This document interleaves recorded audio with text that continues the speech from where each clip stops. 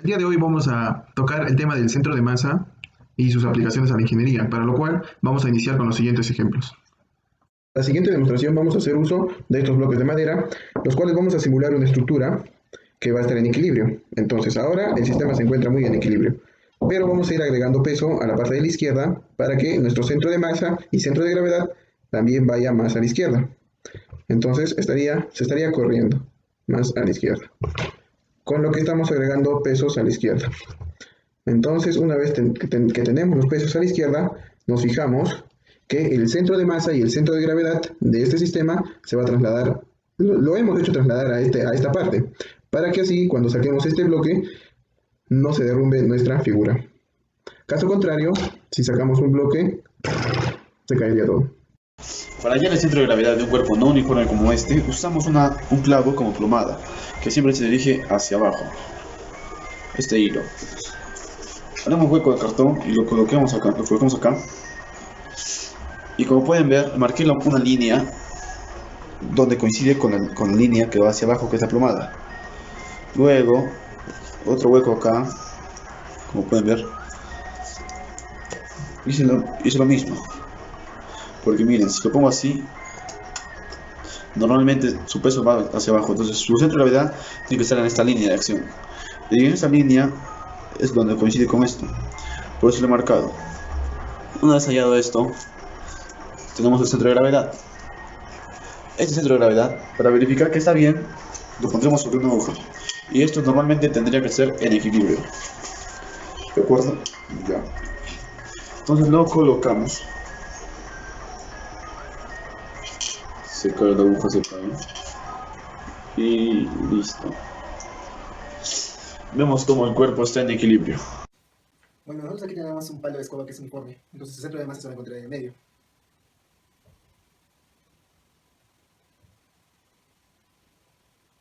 Cuando nosotros levantamos el cepillo, su centro de masa va a cambiar. Dado que en el lado derecho hay más peso que en el izquierdo.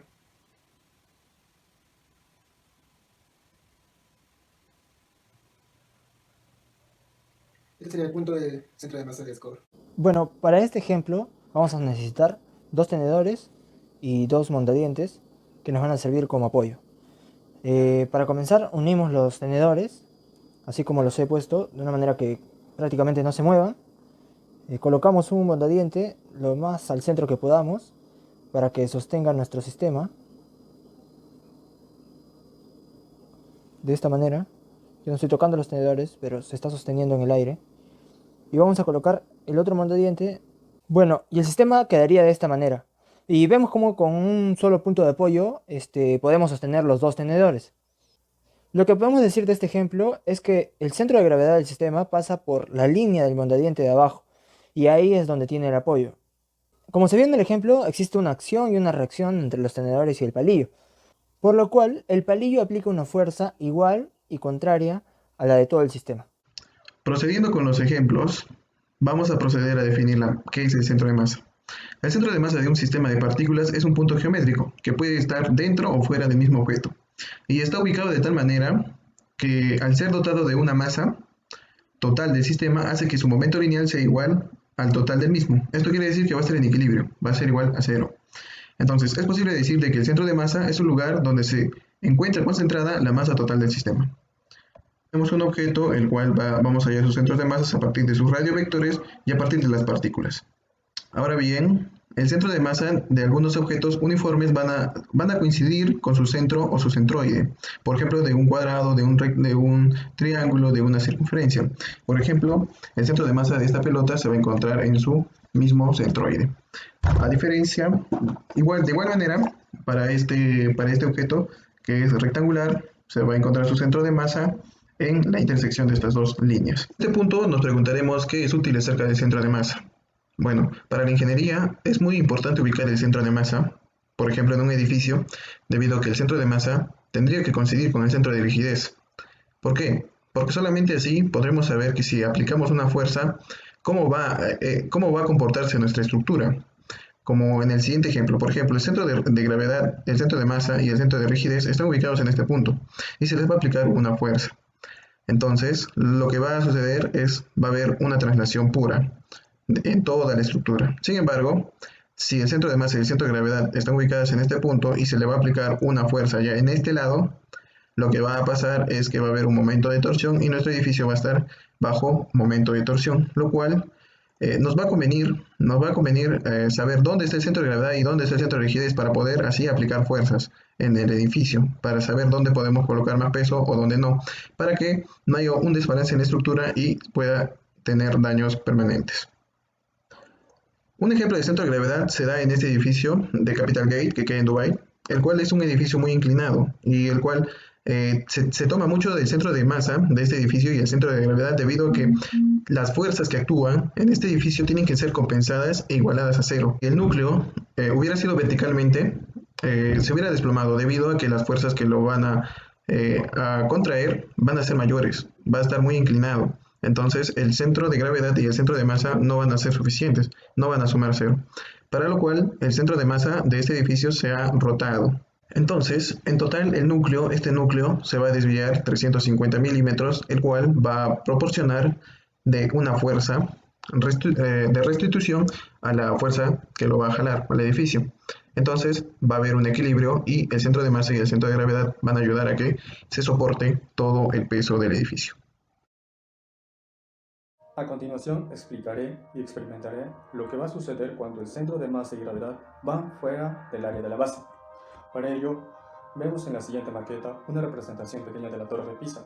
Como habremos visto en muchas fotos, esta torre siempre permanece inclinada. Esto se debe a que su centro de masa y gravedad permanecen dentro del área de la base.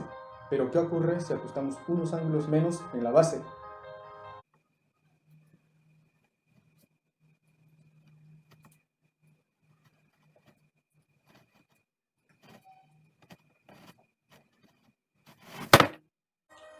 Como vimos en el experimento, la torre al declinarse unos cuantos ángulos se cayó. Esto sucedió porque el centro de masa y gravedad salieron fuera del área de la base.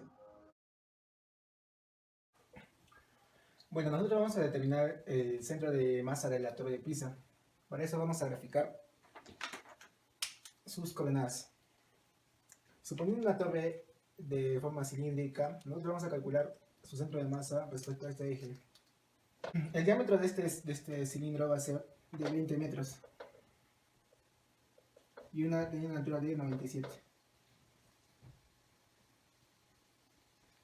Como es un objeto uniforme, entonces el centro de masa se va a encontrar en el centro de este cilindro. Entonces la coordenada del centro de masa de la torre de Pisa sería